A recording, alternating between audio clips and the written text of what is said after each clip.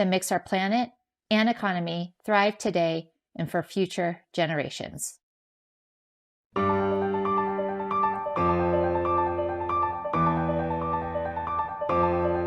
Climate change doesn't live on an island. We're all impacted by it. It's really not and shouldn't be a political issue. Climate One has ensured that indeed many, many different parties have seats at the table. Every mainstream religion has a mandate to care for creation. We all have a moral responsibility to the future. The way parents have a responsibility for their children. We all have children or relatives who are very young. Do we not want their world to be good too? Do we not see clearly that what we are doing is not sustainable? And if you do see that, and you continue to deny it for some political reasons, then this is a travesty. Kids are growing up now, and there's absolutely no question on whether climate change is real, whether climate change is happening, and the question now instead is, what should we do about it? The future of environmental activism is motivating young people to become civically engaged. Now more than ever, we need to come together as a culture and a society to address this really important issue. I am a supreme optimist. I do believe that we can transform ourselves. I do believe that we have the energy, ability, and courage somewhere inside of all of us to do what has to be done.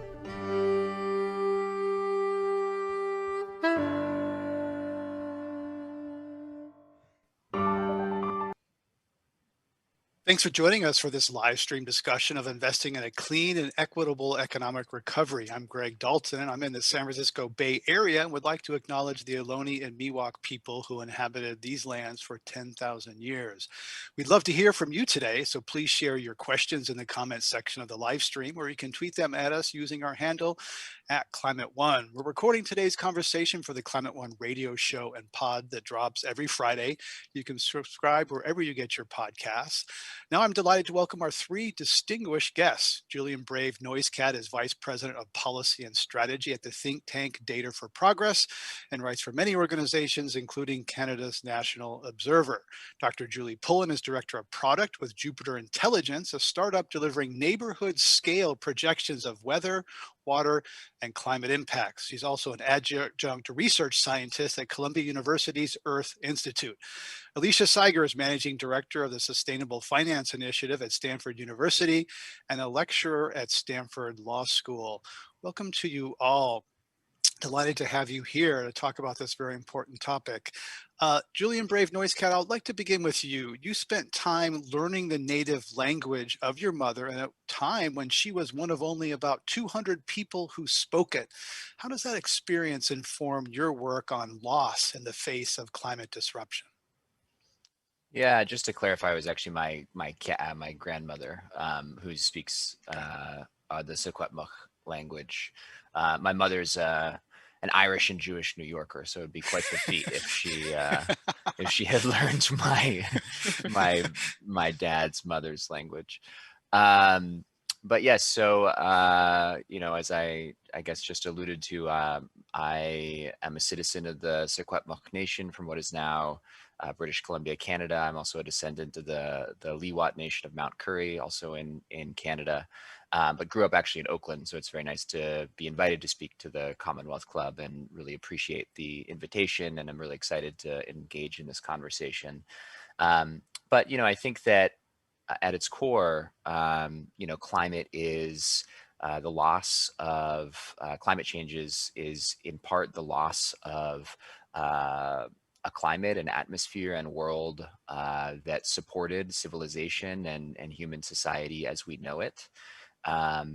And in that sense, does pose an existential threat to the world that we inherited from our ancestors and parents and prior generations. And we are now breaking from that, in the process of breaking from that.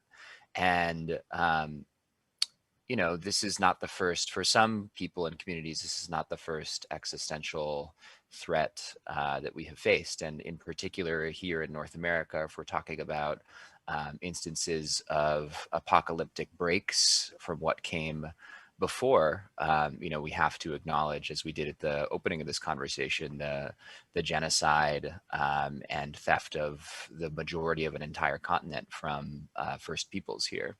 And, I think that the trauma that causes, the loss of cultures and ways of life that go along with that are, still present in the community that I come from, the people that I come from.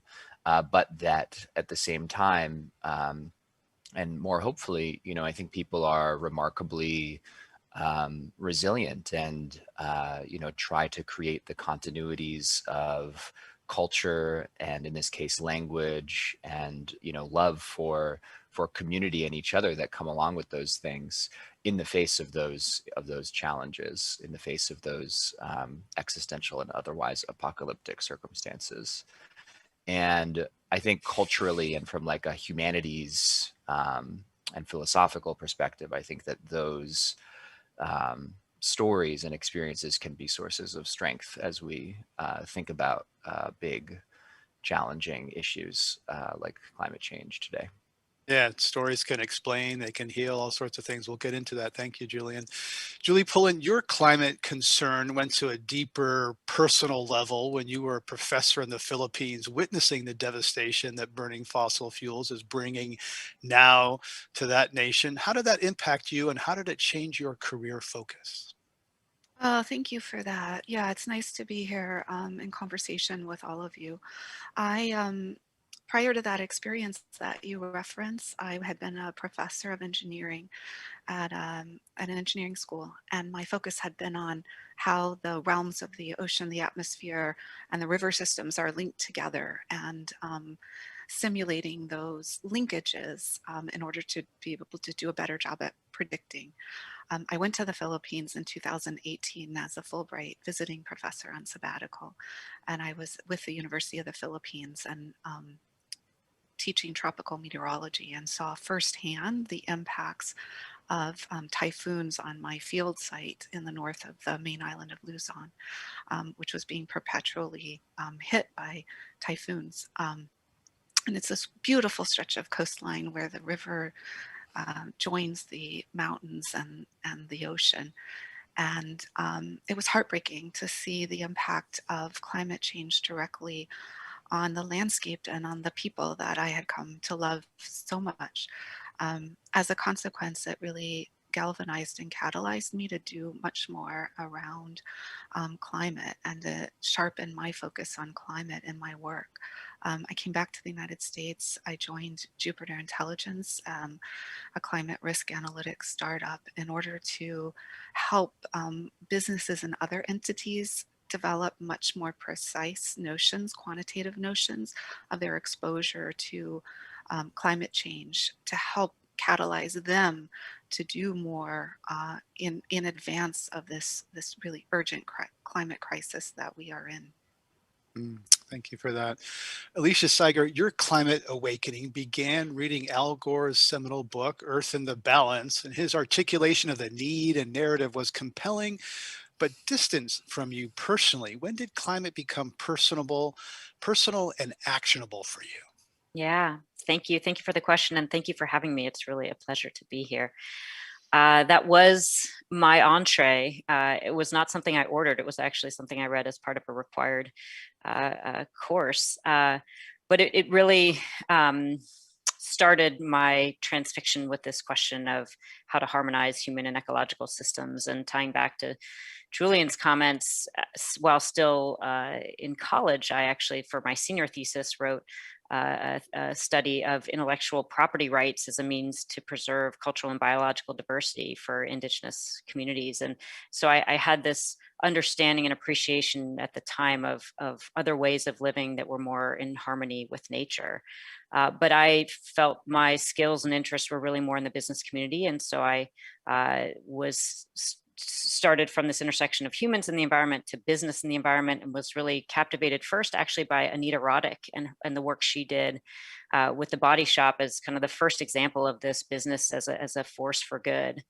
And as time went on, that intersection evolved from humans and in the environment to business in the environment to capital in the environment to going all the way up the supply chain to understand how capital flows through our economic systems and what the implications of those capital flows are for our ecological systems and for climate change. And I've been at this for 3 decades now, but it's really been in the last 5 years, I would say, where these problems that had seemed like something we should be anticipating and be planning for really hit home. And I think for me, that's been the fire seasons. I live in the Bay Area too, and I've grown up here all my life. There was never a fire season, but now, starting in, the summer, but running through the fall, there's a sense of eerie anticipation. I'm actually up here in wine country now with my family, and it's such a peaceful and beautiful and tranquil setting,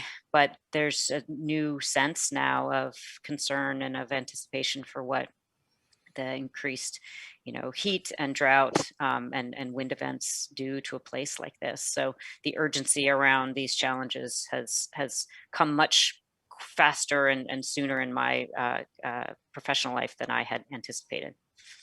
And fires are interesting because that's one area where, Julian, indigenous cultures have been looked to as, hey, that you might have some solutions. So, that's at least for me, having done this for the last 14 years, the one instance where kind of white dominant culture looked to indigenous cultures and say, hey, you've been managing, not you, indigenous cultures have been having cool burns and controlled fires, whatever the name is, to kind of manage forests in a different way than Smokey the Bear. So tell us a little bit about how that might contribute to the larger conversation about dealing with climate.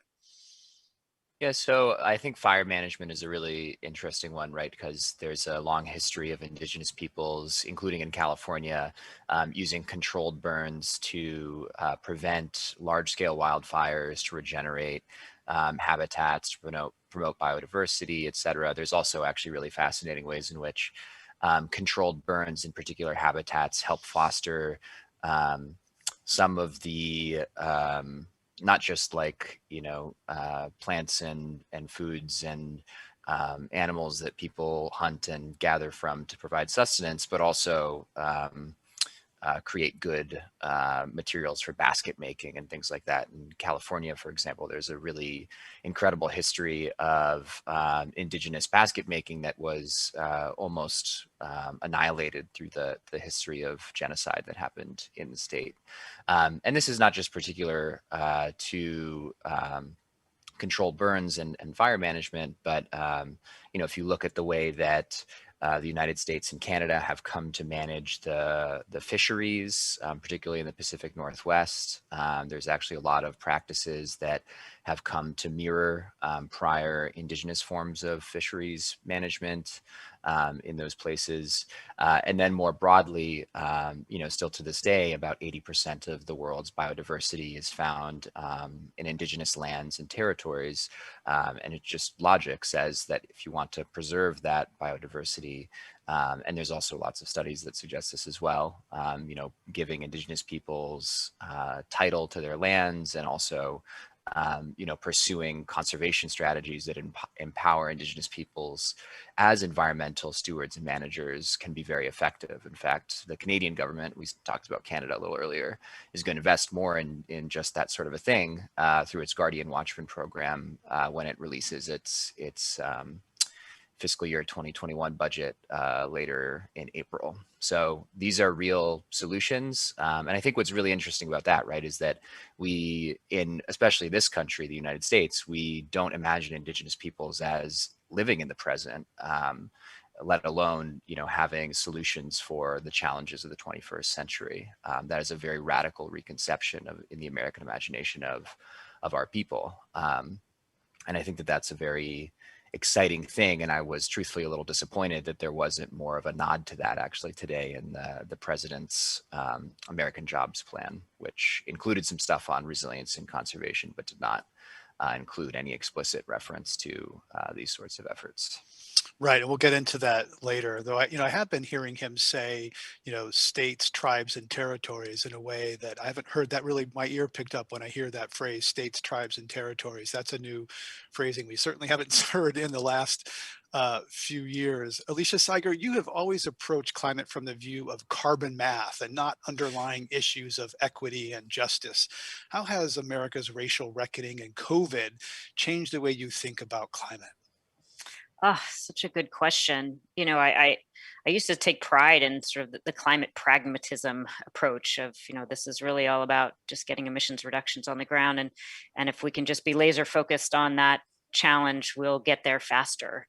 And I have gone through a personal journey that I think mimics the larger climate conversation, which is around a real appreciation and understanding at a much more fundamental level of the intersections between racial justice and climate change and what climate justice really means. And I have much more to learn and to understand. But we got to where we are now in climate through a history of, white supremacy, extraction, exploitation, and that requires remedy. It requires a path forward that is built on new systems and with new representation, and that the solutions to climate expand far beyond simple carbon math. They require really changing the facts on the ground to change people's lives and livelihoods, to build the momentum and the political will to fundamentally change our economic systems. And so I also have come to more deeply appreciate, although this has been a through line of my career, that climate at the end of the day is a leadership crisis, and in particular a crisis of empathetic leadership. And so having more diverse voices at the table, having representation from women and people of color in leadership positions, making decisions, will lead to more equitable outcomes and new ways of thinking and doing that we haven't seen in the past and we desperately need for the road ahead. So it is, I had at times, particularly in my early career in the carbon markets, where I would be focused very much on the emissions reductions, not on the ancillary benefits, thinking the big tent was making things harder, have really come to appreciate that the big tent is the way forward, both in terms of leadership and in terms of expanding the solution set. So that's been a personal journey, and I think a sector journey. It's been my journey too, to start out basically as a privileged white guy in California, like, oh, most things are working. We just need to take out fossil energy, put in clean energy, and leave most of the other structures in place because they're working for me. And also been on a journey of like, oh, that's a very privileged statement. There's a lot of things that are not working for a lot of people that also want to be changed. Julie Pull and I've always known that I'm privileged in many ways, growing up and living in San Francisco. But during the past year, I've learned how much wind I've had at my back my entire life, as evidenced by the fears I've never had, things that have never happened to me, things I've never had to worry about. How have you reflected on your own white privilege over the last year? That's so it's a great question. So much transformation happening on so many scales. I'm very lucky to back referencing Alicia's comment about the big tent, to be on the board of a local organization in the New York, New Jersey area called the Waterfront Alliance. And we represent over 1,000 organizations in our region who have a focus and a stake in the waterfront. So it's a very, very big tent. It's goes all the way from community organizations to real estate developers to river keeper, trying to keep the Hudson River clean and get even cleaner. And our focus, we did a strategic shift a few years ago to squarely land on climate resilience, and particularly focus on the communities that are more vulnerable to climate impacts in our region. And it's really been an opportunity to open up and talk with different parts of our city and region about their their resilience strategies and advocate for more financing into that space. And so that's definitely been part of my journey to be in those conversations. We're talking about building back. We're talking about a clean and equitable recovery from COVID and thinking about a climate smart economy with Julian Brave Noiscat, Vice President of Policy and Strategy at the think tank Data for Progress, Dr. Julie Pullen, Director of Product at Jupiter Intelligence, a startup delivering neighborhood scale projections of weather, water, and climate impacts, and Alicia Seiger, Managing Director of Sustainable Finance Initiative at Stanford University. Alicia Seiger, from 2014 to 19, in the 5 years, the annual growth rate and the number of women-owned firms was more than double that of all businesses. Revenue rose to about $2 trillion, according to a study by American Express. Then COVID hit, disproportionately hitting women, especially women of color. How has COVID laid bare the gender and racial dynamics in this country? Very profoundly. I still remember in the first 2 weeks of lockdown or shelter in place, putting an out of office, response on my email saying I am now, in addition to my day job, I've been promoted to an elementary school teacher, a chef, a housekeeper, a yard duty, a therapist. And I couldn't see how I could work and maintain what was needed at home. And somehow a year later, I'm doing all those things and busier than I've ever been at work. And that's thanks to support that I have, because I have a partner, I have a husband, I have a nanny who's now back. I have resources that I can put to work to help support me. I think most women and working families don't have that kind of support. And so the challenge and the juggling act that we always were doing as mothers and women in the workforce has just come into sharp refrain with the absence of the supporting structures that we've come to rely on. And so I think, you're seeing, and I've seen this in my colleagues, particularly in academia, where there's, there was a split in the road almost. And there were people who saw this opportunity as, oh my gosh, all I'm doing is sitting at home and working. I can do so much now. I don't have all these other distractions. And then other, women in particular who were now juggling so much more. So I think that's a challenge that always existed that COVID really laid bare, and requires the kinds of rethinking of our systems that are akin to climate. I mean, in this case, it's thinking about caregiving as a valuable contributor and role in economic recovery and livelihoods. And I think we need to be focused on the support systems that women and mothers need to be able to balance their work and family. The American Recovery Plan has $39 billion to just do just that. Yeah, it's so critical and so important. And I think, the other thing I hope that is sort of a flip side of this coin is, and we see this a lot in climate, is that people sort of go to work 5 days a week and exploit and extract and optimize and then spend their weekends with their families being good parents and grandparents. And so, the flip side of this coin is, while we are all at home 7 days a week, that we can bring then our whole selves to work. And I think the challenge for women is that whole self can be a juggler. But I think for many, and for many in power, bringing your whole self to work means, thinking also with your heart and with your head 7 days a week.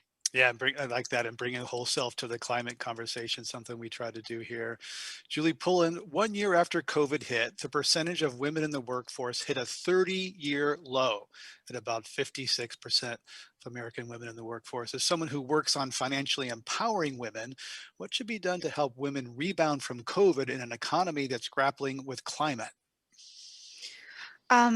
Yeah, and to echo Alicia's comments about the differential impacts on women, that childcare and family care piece, Bank of the West has a tribute on their page of Means and Matters that pulls out some numbers around that's 20 hours a week more than their male counterparts doing family and childcare work, and 70 to 90% of frontline workers are women relative to 50% of women in the workforce. So, I mean, the differentials are substantial and magnified in a pandemic. And I think there's a lot of reason for optimism around all of the federal investment plans related to lifting up different sectors. And I think that retraining, I think that really providing these sort of incentives for companies to hire more women and to think about how to broaden their hiring practices and incorporating retraining in them are some strategies that could work. I on a personal level, as you cited, I think it's really important to be investing in women and people of color led and owned businesses. And I think that we're seeing a broader shift, particularly around ESG investing, and looking at the impact of governments on having women leaders at the table and the positive benefits to decision making overall. So I think all of these are just like waves that are cresting, and we're going to see the benefits of these more broadly throughout the economy. ESG being an environmental, social, and governance, the idea of having social considerations when investing as well as financial. Julian Brave Noisecat, the $1.9 trillion American Rescue Plan recently passed by Congress includes $5 billion for Indian Health Services, $750 million, and housing assistance for tribes and Native Hawaiians. How do you evaluate that package in terms of a just recovery, addressing some of the harms of the past that you mentioned at the outset? Yeah, so the American Rescue Plan, if I recall, had $32 billion total for Native communities. So that's if you include Indian country as well as Native Hawaiians and Alaska Natives, which made it the largest public investment in Native communities in United States history, which I think is obviously incredibly encouraging. In many instances, tribes were some of the hardest impacted communities, not just in the United States, but among the hardest impacted communities on the planet during this pandemic. The Navajo Nation, for example, at one point had more coronavirus cases per capita than the Hebei province in China, where the pandemic originated. And just to put that in perspective, the Navajo Nation has a population density just slightly higher than that of Siberia. And, a huge reason for that is things like, as you brought up, Indian Health Service. The Indian Health Service is funded, the last time I checked, which was before Biden passed this bill, which is important, but was funded at about $4,000 per patient. And if you compare that to other federal healthcare programs like Medicare, or I think it's Medicaid actually, it's about $13,000 per patient. So essentially our spending on healthcare for Native people is less than a third of what it is for other Americans.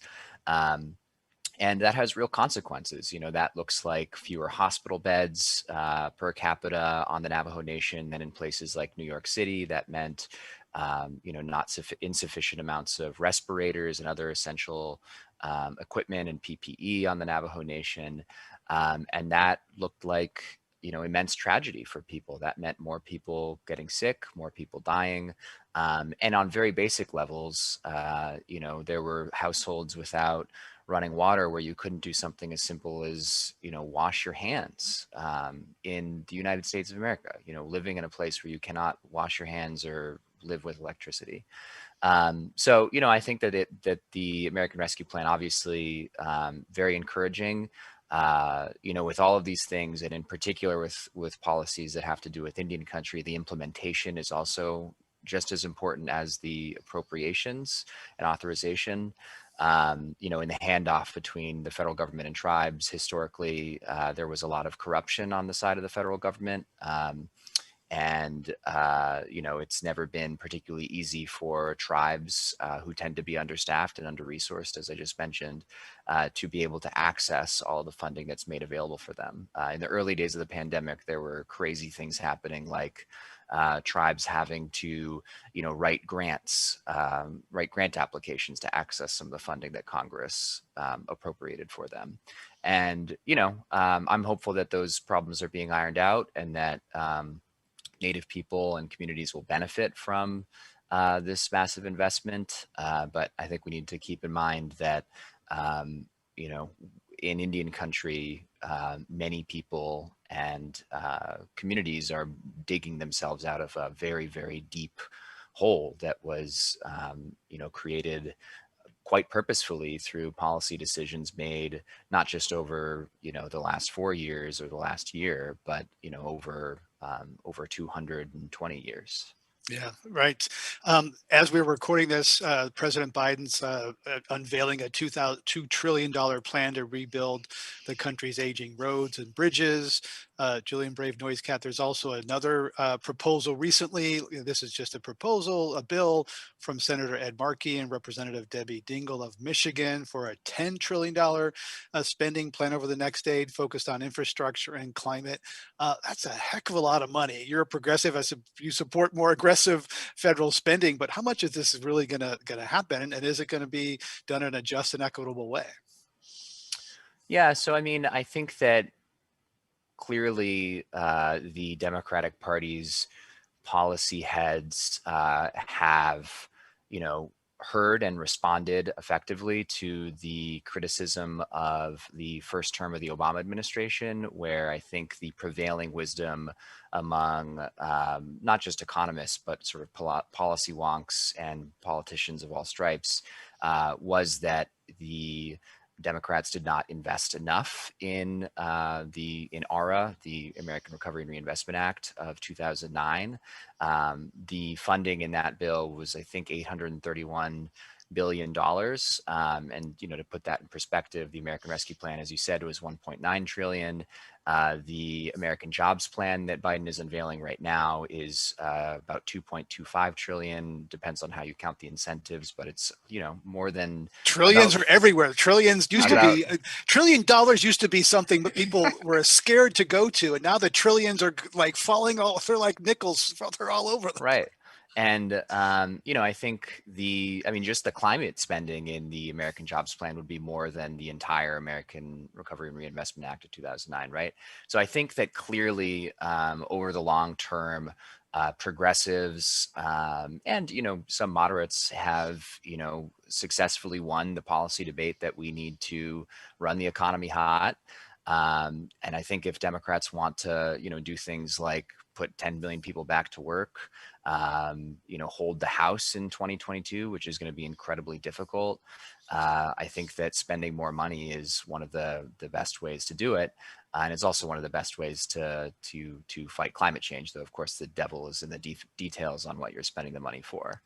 Alicia Saigo, you're not a policy wonk, but you know, clearly one of the perverse things that I feel from the last year is how so many people have been out of work, and yet the stock market keeps going up. If you're in the stock market, you know, Jeff Bezos, I think his wealth has increased $75 billion during COVID. You know, the markets have gone up while so many people are suffering. It's something that seems to be really perverse. But how do you think markets would react to a $10 trillion or even a $2 trillion climate and infrastructure plan? As the person kind of thinking about financial markets here, is that a welcome? Sure. Puts a lot of tailwind into interests that investors have already expressed around net zero investment portfolios and net zero asset managers commitments. And so it was spent well.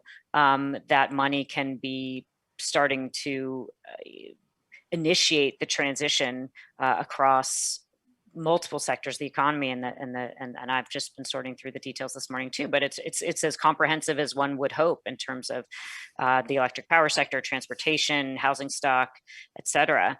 I think the risk, though, as you pointed out, this astounding and painful disconnect between the stock market and the sort of Main Street and Wall Street, for to use the I think appropriate metaphor.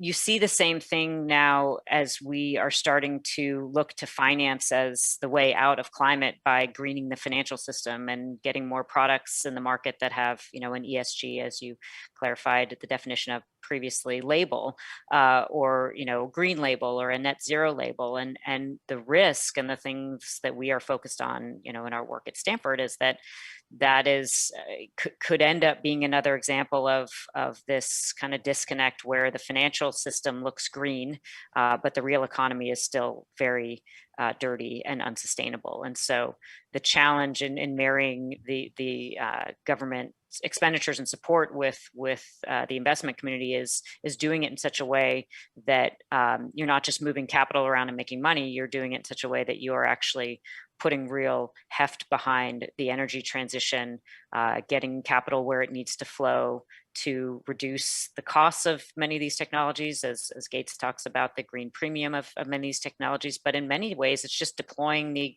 technologies that we have, but getting the incentives aligned so that those, even though they're cheaper from an economics perspective, they in many cases there are other barriers that are keeping those technologies from being deployed. And so it's not just the capital; it's the alignment of that capital with the policy and set of incentives that help it flow in the direction and speed and scale that we need to decarbonize. Right. There's a scenario where, yeah, Goldman Sachs makes lots of money off of climate volatility, and the people who are wealthy get even wealthier because they're kind of off the volatility that climate is bringing to us. Julie Pullen, as a scientist who knows about the societal disruption already baked into the climate system, do you ever think we're just rearranging the chairs on the Titanic? Is all this money going to really make a difference? So that's a key part of where climate action comes in. I think it's everything. It's attention on climate risk. What's the exposure? Taking action on that front. It's taking action on the climate solutions and policy perspective. It's the spending on infrastructure, which if you look at the amount, $700 billion for climate resilience across our power, water, road systems, buildings. That's massive. It's a massive investment in making our infrastructure more resilient. And so I do think it's one of those cases where really, everything here and the potentially synergistically, if you look at them all together, these are have the potential to be really transformative. Again, subject to the implementation plan, as Julian mentioned. So as working for a company that does really like block level, neighborhood level kinds of forecasts, what are the areas that are really at risk? And if someone's going to try to move to a climate safe place, where should they move to, Julie Pullen? I think it varies across the country, of course, and you have to think not just across one particular peril like flood, but you have to also think about the heat waves and the intense precipitation events that we're experiencing. Places like Madison, Wisconsin, where my dad lives, they've seen unprecedented flooding, and that's nowhere near the coast. And so these experiences are going to be increasing in the future, and it's really the aggregate or the combination of all the perils, which is what we focus on in quantifying the range of different possible exposures. And of course, then there's a community level imprint on this too, because you have different parts of our New York, New Jersey region are proceeding at different paces in their investments in climate resilience. And, one of the things we do at the Waterfront Alliance is advocate for equalizing those investments and making sure they're directed at these underserved communities as well. And so, I think it is, once again, the combination of the, looking at the climate risk, but also building the climate resilience into the mix right where you live now, and advocating for that. Right, because all the financial incentives will be to protect the highest property values, which are the wealthiest neighborhoods. Alicia? Yeah, Greg, I just want to come back to your comment about rearranging deck chairs. It's a metaphor I use often, but I think it's an important question to come back to so that people appreciate that we can always make it better. That there's no point at which we throw up our hands and say, well, we're rearranging deck chairs at this point, so let's just enjoy the music while it lasts. And there's a quote that I heard recently that I really appreciate, that is this difference between optimism and hope. So the deck chairs, this question, are you optimistic? And I think the expression that I appreciated was that optimism is a uniquely American trait, that things will just work out. And hope is the idea that with hard work, things will get better. And so, we need to keep the hard work going, because it can always, the trajectory can always be better than what it would be were we not doing the hard work. We have a market fundamentalism in this country that was significantly created and promoted over the past 5 decades or so by conservative philanthropists who funded research at think tanks and elite universities. Consequently, a large group of Americans think markets are more effective than government in solving many big problems. Alicia Seiger, will markets solve climate change? No. And I've spent the last, several decades trying to make it be so. I think there are great market-based solutions to climate, and I've spent a lot of my career building them and pursuing them. And I think there's a tremendous opportunity, market opportunity, for wealth creation in this transition. And I think there's a lot that markets can do to align capital, where as people start to wake up to the realization and to the understanding that we are fundamentally altering our physical systems, and that there are risks embedded in our investment portfolios and in our decision making that are not part of our models. There will be and you're already seeing this, a tectonic shift in how capital is invested and how portfolios are managed. That said, to meet the timetables that are required, that scientists have very clearly laid out for where we need to be in terms of our emissions trajectories, and how essential it is to avoid some of the very scary negative feedback loops that we could unintentionally trip ourselves into. We need policy to align incentives, to set the roadmaps to accelerate this transition. And so markets could get us there eventually, but the timetables and the science don't permit that kind of laissez-faire. We really do need the policy piece to be core and fundamental to get markets to move in the right direction, and then markets can be a magical tool.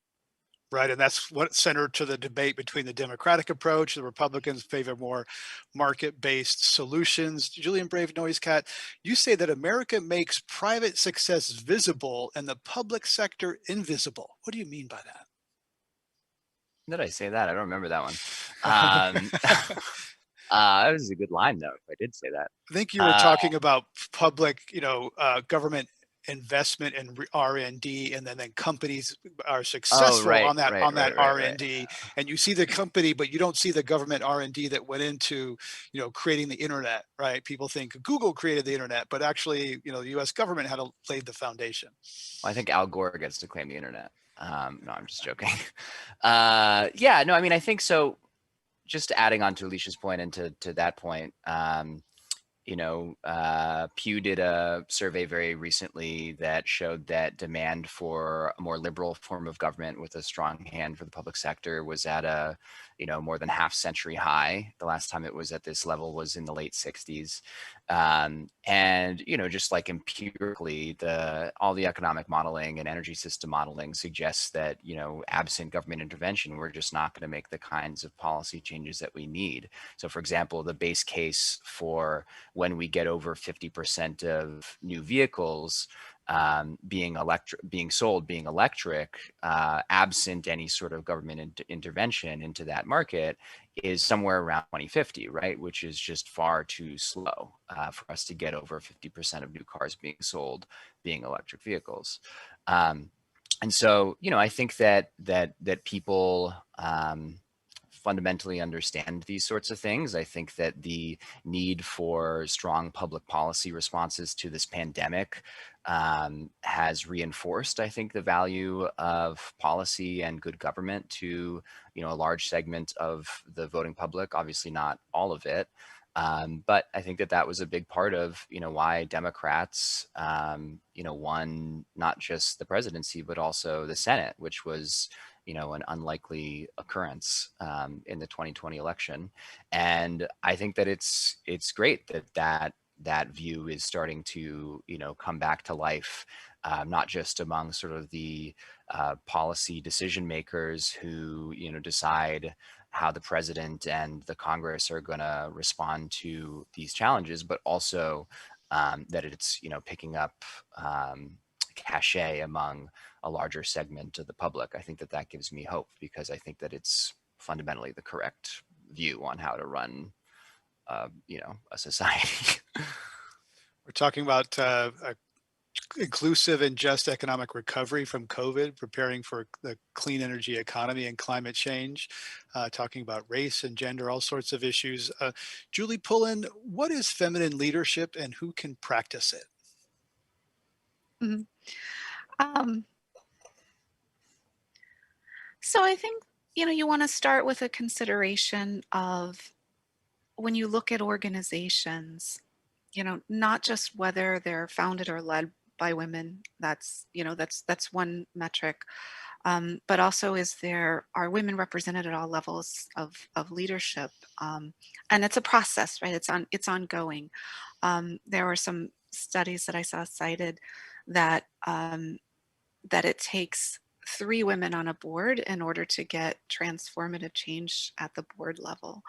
And input in board making decisions that create more internal awareness of risks can often be associated with more women in these board seats. And what they bring to the table in decision making is really immense.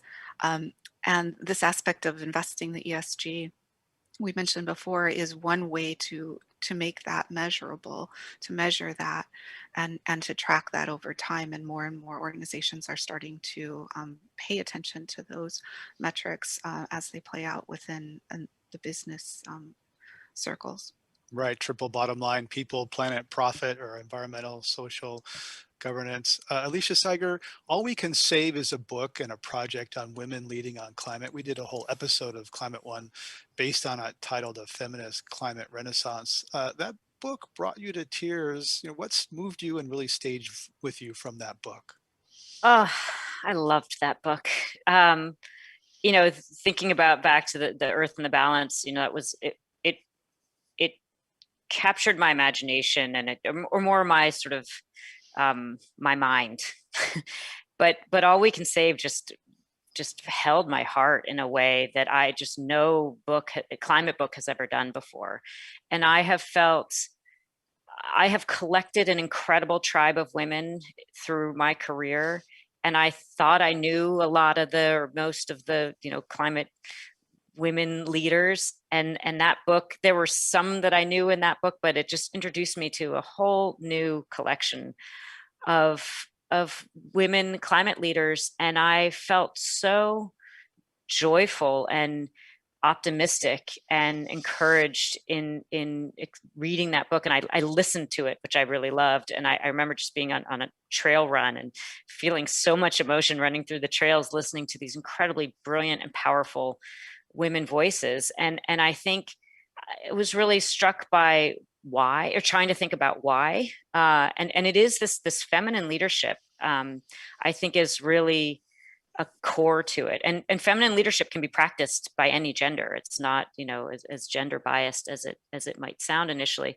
And to build on Julie's comments, I really think, and this has been my experience in my women tribes that I've collected, it's about making change instead of being in charge. It's not about the ego and taking credit. This idea of healing injustices rather than deepening them. We talked a little bit about the heart-centered versus head-centered. I think you have to have both in this field, but you have to have both. You can't just be thinking with your head. And really building community, and All We Can Save, to me, really just propped up this community of women climate leaders through beautiful storytelling that ranged from very scientific and head-centered analysis, but all with a heart and a connectivity and community that was woven throughout, and then also introduced other conversations and questions around, whether it was hearing from women from the Indigenous community, hearing from ecologists who are thinking about, how our fauna is all connected in ways that actually it wasn't Al Gore who invented the internet. It was fungi. It was mushrooms. The original dispersion of information through the forest. So it was a real, I think, watershed moment for me. And I think I imagine all of the young men and women who collected those stories, who will be similarly charged in the way I was, when I first read Earth in the Balance, but charged in a way that has these values at the core that I think will spawn the next chapter of climate warriors that will have the kinds of skills and experiences and networks that we need to make the kind of progress we're going to need to make in this next decade. Julie Pullen. I am so thrilled you mentioned that book. It's actually on my bookshelf behind me. You can't see it, but really, what an incredible contribution to the climate community. Ayanna Johnson, who's one of the editors, is a friend of mine, fellow oceanographer, and she's a ocean policy superstar. And she could be, doing all kinds of things with her time, and every time I see her, what her message, what she articulates and what she lives is building community around climate solutions. And it's like, that's where it's at. And I think it's really helped a lot of us focus on doing that in our own ways and in our own lives. That really sort of central and important role of community in all of this. Julie Noiscott, I'd like to hear your thoughts on building community around solutions and what you just heard, because I tend to think about Indigenous culture as being more community oriented, less individual atoms. Yeah, I mean, I think that in the sort of climate solutions conversation, right, we talk a lot about physical infrastructure.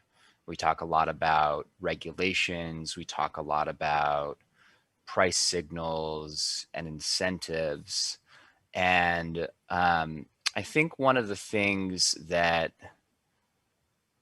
I often sort of think about is, what are the sort of forms of human resilience and community that play as important a role in fortifying, as important, if not more important, a role in fortifying communities against disaster and against immense challenges, as like a seawall or things like that. What are the elements of our culture? What are the elements of social relationships that can make us just sort of stronger as people, and as people who share community and space and country with each other.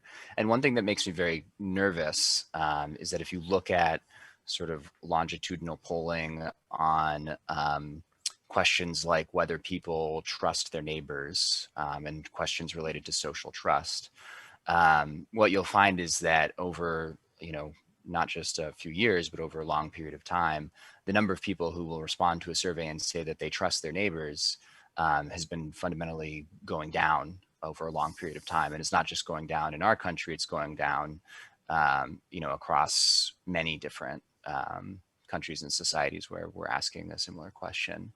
And, I think that slow creep of inhumanity and distrust for our fellow people is a really pernicious and scary thing. And I think that one of the most important and simple climate solutions is probably just compassion and love, right? The commitment to creating that sense of shared interest and solidarity between people. And I think that there are very particular projects in this country that are oriented towards creating more of that. And I think that there are very clear projects in this country that are oriented towards undermining that.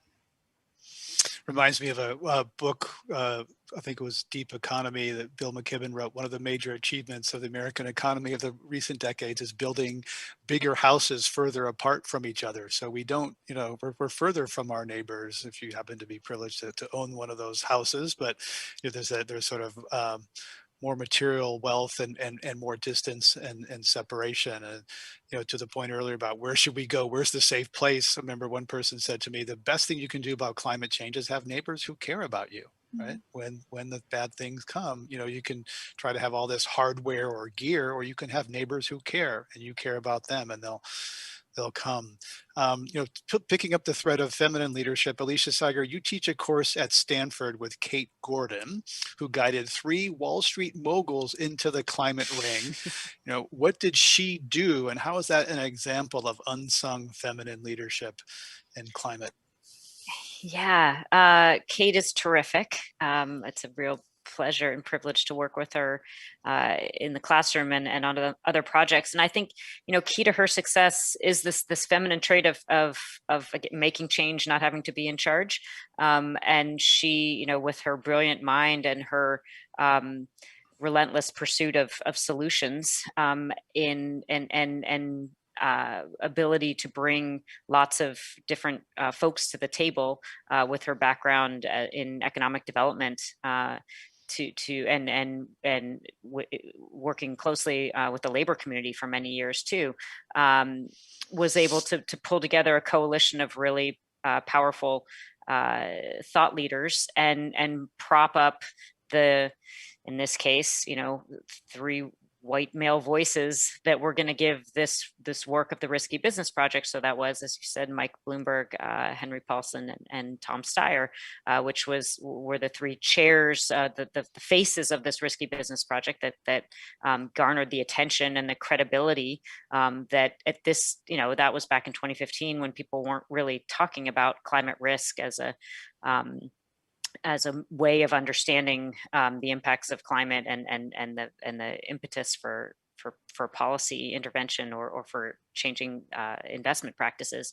And so I think she's been able, and she's done this many times in her career. She's now as a senior advisor to the climate advisor to Governor Gavin Newsom, really be the brilliant and powerful voice doing much, if not most, of the work behind the scenes to prop up the messengers who were needed at the time. And I hope, over time that changes. But that is a superpower that she has and has enabled a lot of progress in the movement that was, making use of what was available and what were the opportunities at the time. That was a big deal. Hank Paulson, former, Secretary of the Treasury under George W. Bush, Republican, Titan, former head of Goldman Sachs, him coming out and saying, climate's serious, we got to deal with it, along with a couple of other billionaires. That led a lot of credibility. Alicia, I want to ask you about one other personal sort of story. Talk about bringing the whole self and integrating the head and the heart. In 2015, you went to see a talk by Larry Fink, CEO of BlackRock, the largest investment manager in the country. He's he was a self-proclaimed environmentalist. And at this talk in 2015, he was asked what keeps him up at night. What was his answer? Yeah, he gave an answer about farmers in Southeast Asia losing their livelihoods through transformational technology. And it was a conference on investing in environmental markets. And so there were, folks in the room who are thinking about the intersection of capital markets and the environment. And I think most people in that moment were having the same thought I had, which is, that sounds like climate risk, in a different form. Rather than a technology intervention, it's drought, it's heat, it's name your, physical climate impact. And so someone raised their hand immediately afterwards and said, gee, have you, well, that's interesting. Have you thought about climate risk? And he quite honestly and candidly said, no, I've never thought about it. And you could have heard a pin drop in that room.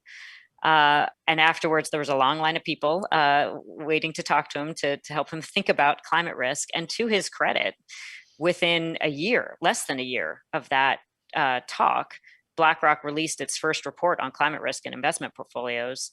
And the BlackRock takes a lot of flack from the left, and I think for fair reason. But I do believe at the core there is an understanding and awakening, and I think it's that bringing the two selves together for someone like Larry Fink, who was a self-proclaimed and ardent environmentalist who had just never really thought about the intersections of that part of his life with his day job of investing. And I think now there's no one in a CIO position that hasn't at least had to answer that question, and who now, for the most part, hasn't internalized how core that intersection is to their decision making. Yeah, that compartmentalization, speaks so much about how we can compartmentalize things, and people doing their day jobs and then they're kind of weekend environmentalists. Julian Brave, NoiseCat, you've written about how Native Americans are portrayed in Hollywood and how that affects the ability of people to tell their own story. Connect that to the story of Deb Haaland, the first Native American to be U.S. Secretary of the Interior, a major milestone. How do you see the way she's been portrayed as an Indigenous woman making a historic breakthrough? Yeah, she's not just the first Indigenous Secretary of Interior, she's also the first Native American Cabinet Secretary.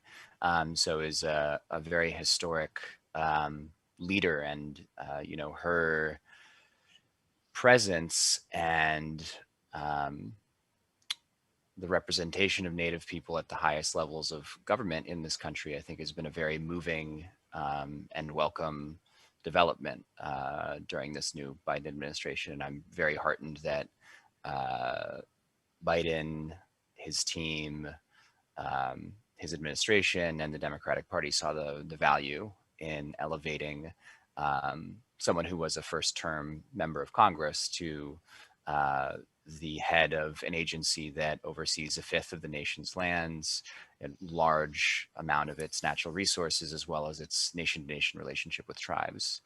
I think that it's important to keep in frame with all that it almost didn't happen. The prevailing wisdom among some political insiders was that the Democratic caucus in the House of Representatives, which has a thinner majority in this Congress than it did in the last Congress because we lost a lot of seats, could not afford to lose one of its members. And so there was some pushback from, sort of party apparatchiks from that angle. And there was also, I would say, a fair amount of coverage of Haaland, biography, and her political experience that sort of smacked of the misconceptions that often are put upon not just Native people, but also, I would say, women. So there were anonymous quotes that were published twice in the New York Times characterizing her as lacking policy expertise, which she actually saw 4 of her bills signed into law in the 116th Congress, which, doesn't sound like someone who lacks an executive skill set or policy knowledge to me. More laws than Bernie Sanders has got through Congress. Yeah. She's a very effective policymaker. And, she led the New Mexico Democratic Party in 2016, and New Mexico was actually a bright spot for Democrats in what was otherwise a very challenging cycle in 16. And, I think that those things come back to the fact that I think there are particular ways in which this country is used to seeing Native people and seeing women, and, seeing Native women at the top of executive agencies is a very new one. And I think that, her story was very almost very nearly prevented from reaching that right and just conclusion by a number of folks who just couldn't see it the way that I think a lot of people in Indian country could. Yeah, it's not just any agency, it's the agency that, pushed Indians off a lot of the land, created the national parks, which, displaced a lot of people. So it's really quite a moment.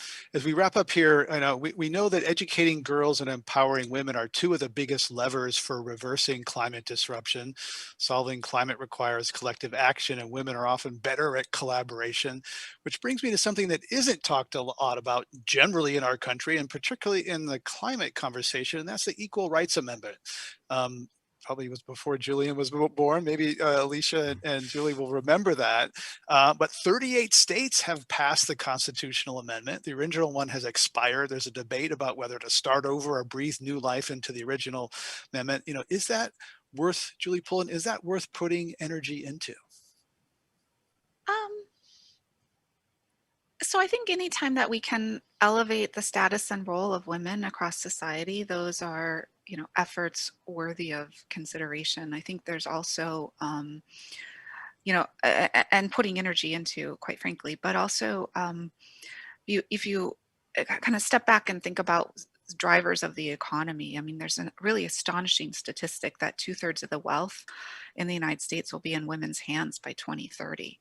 So, you know, not only is it about the more empowered decisions that educating women and girls lead to, but it's also about women's financial agency and investing in planetary stewardship. And I think that we will continue to see more of that as women come into their own, and having that kind of economic sense of power and the way that it can be used to really promote climate solutions and to accelerate our resilience in the face of the climate crisis. We're only beginning to see what that will look like. I'm really excited. Alicia Seiger, you know, ERA, is it something that you would put energy into? If not, what else would you like to see to kind of elevate the role of women and kind of directing us toward a cleaner economy that stabilizes our climate? Yeah, I think it's women in positions of power and decision making, and having seats at the table, not just one seat at the table, but as Julie said, you know, when will there be enough? Well, this is RBG's quote, but when will there be enough, you know, women on the Supreme Court? You know, when there are 9. If that was good enough for the men, it can be good enough for us. So I think, you know, I see it in terms of, you know, corporate leadership, in terms of investment, decision making, CIOs and investors. So programs that drive that kind of equity is where I'd like to see energy and effort, and some of that, you know, California has made that a policy in terms of women on boards. That's one way to do it, and it's another way, you know, to do it as sort of a self-governing format for businesses and investors. But I think once we start to see diversity in the boardroom, in the, you know, in the C-suite and investors, and that's both women and people of color, you know, that's where I think you start to see the reimagination of capitalism, which I think is, you know, at the core of this rebuilding that we've been talking about. Julian Brave, Noise Cat, when you hear things like that, do you, as a man, do you feel like that, oh, that's going to take away my power? I don't know if you think about your own personal power much, or do you think, is that threatening when you hear that? No, I mean, I would go out and advocate for as many Deb Hollands as I got the opportunity for. I think that that's the right thing to do. And I think the one thing that I would just add is that one of the more exciting sort of developments in sort of the policy conversation among Democrats in Washington, D.C. has been around what's called often the care economy. So this is focused on people who work in domestic labor, you know, take care of children, take care of the elderly, provide health care, et cetera. It's one of the fastest growing sectors in the labor market. And, you know, I think that it's been really encouraging that the president has, you know, given nods to a lot of the new policy ideas that have come out of organizations like the Service Employees International Union and the National Domestic Workers Alliance that have been pushing for that set of ideas in, you know, the next set of investments in the economy. So. And I think that'll be really important for, you know, not just women who have the opportunity to be executives, but also, you know, women who are doing work that has been invisibilized and not recognized and underpaid for far too long. Absolutely. I'd like to give a shout out to the Climate One team making this happen today. They are fabulous, and talk about people behind the scenes we don't see. They're doing a great job today. On Climate One today, we've been discussing investing in a clean and equitable recovery from COVID while also addressing climate disruption, gender inequities, and wealth inequities, et cetera. I'd like to thank our friends at Bank of the West for underwriting this program. Bank of the West is walking the walk on moving away from fossil fuels that are destabilizing the climate that supports our lifestyles and our economy. I'm Greg Dalton, and my guests today were Julian Brave Noiscat, Vice President of Policy and Strategy at the think tank Data for Progress, and Dr. Julie Pullen, Director of Products at Jupiter Intelligence, a startup delivering neighborhood-level projections of weather, water, and climate impacts, and Alicia Seiger, Managing Director of Sustainable Finance Initiative at Stanford University. Podcasts of this and other Climate One shows are available wherever you get your podcasts. Please help us get more people talking about climate by giving us a rating and review. It really does help advance the climate conversation. Thanks for joining us online. We'll see you next time, everybody.